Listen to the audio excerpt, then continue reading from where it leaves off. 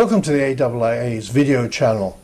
During the days of what was called the Great Proletarian Cultural Revolution, China's chairman Mao Zedong used regularly to insist, "We will recapture Taiwan." Later, in negotiations with Secretary of State Henry Kissinger of the US, which led to American recognition of Communist China, Mao said of the offshore island, "I don't believe in peaceful transition. They're a bunch of counter-revolutionaries." He then added that China could do without Taiwan for the time being, even if it meant waiting for 100 years. Well, 38 of those years have now passed, and almost every country in the world accepts that Taiwan is part of mainland China. But it isn't. Taiwan, under the protection of the US, still runs its own agenda and has become a prosperous and dynamic Asian tiger. It takes good care not to upset Beijing and has reaped the benefits from doing good business with the Chinese giant, welcoming an increased number of Chinese tourists. So, what is Taiwan's future? I was recently in a small group that visited Taiwan, and another member of the group was Professor Richard Rigby, a former Australian diplomat in Beijing and now director of the China Institute of the Australian National University. Dr. Rigby, welcome to the AIIA. We found that relations across the Straits of Taiwan seem calm now. It's largely calm as a result of the victory of the KMT and of President Ma Ying-jeou of the KMT a few years ago. You might recall that prior to that, well after Mao, under the current post-reform and opening dispensation, things were still getting pretty tense across the strait, and particularly under the latter part of the administration of President Chen Shui-bian of the DPP, Democratic Progressive Party. And that's the party that runs a more strongly pro-independence line, and that can be guaranteed to get whoever's running the show in Beijing pretty cross. And what's happened now is you have a government which I certainly feel is not in the business of trying to sell out Taiwan's interests, although Ma's political opponents would say that that's precisely what he's doing, whether he wants to or not, whether he means to or not. But that there's enough commonality now based on this quite possibly fictional so-called 91 consensus, where the two sides agree that there is one China but agree to differ on their interpretation of it. That gives them enough to talk to each other. So there's been a lot of very positive development over the last few years, but there's an election in Taiwan again, both for the presidential position and for the parliament, the legislative yuan, in January next year, and that could change things a bit. There's more than a chance that the DPP could win that election.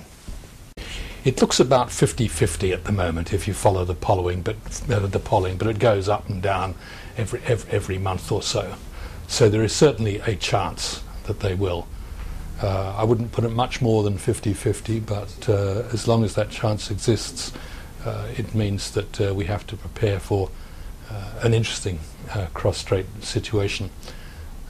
It puts Beijing in an interesting position because they're now not quite sure what to do, because in the past they've tried bullying Taiwan, and they now know that that produces precisely the opposite effect from that which they desired. And far from bullying, Beijing is much more friendly towards Taiwan. Chinese tourists are allowed to go there, for instance, and there's a lot of trade.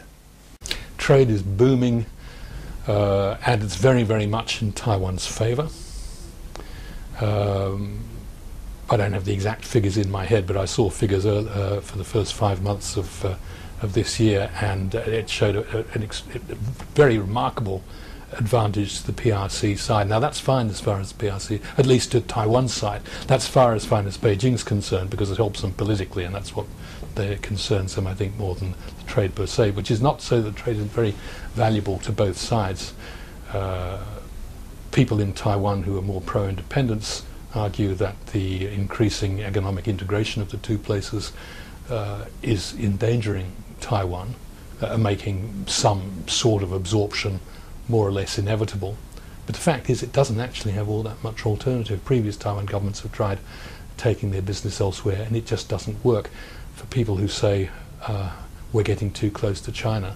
The fact is, Taiwan is very close to China. You only have to look at a map, and you add to the fact that something like 98% of the population are ethnically Chinese and speak some form of Chinese. It's hardly surprising. So it does look as if China is unlikely to use force against Taiwan, but if it did, no one's going to defend the place, are they? I know there are treaty obligations, I know the US is pledged to do so, but would anyone really come to the party? The question of whether somebody else will come to their aid, and somebody else obviously means the United States, is crucial if push came to shove in a conflict situation. And that would very much depend on how the situation came about.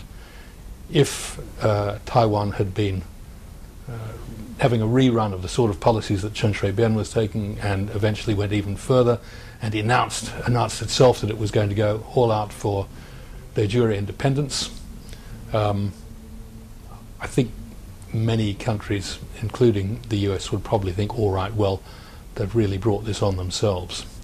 But if we were to wake up one fine day and find that the PLA had, let's say, had said to Hu Jintao, or won't be Hu Jintao come later next year, perhaps the new chap Xi Jinping, we think it's time to go, and by the way, we're going tomorrow, off we go, then I think that would be a very different situation. If it was totally unprovoked aggression, I think the broader regional security implication of that would be such as to make it very difficult for the Americans to stand back.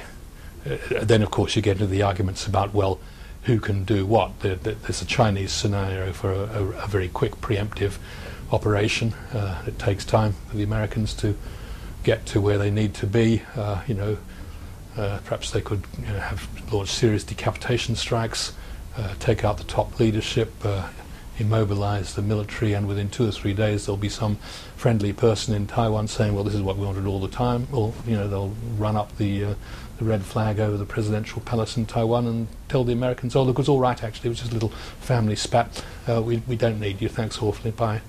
That's the sort of scenario which the PRC would like. The scenario they want most of all is for peaceful reunification, and they're not in a hurry for that.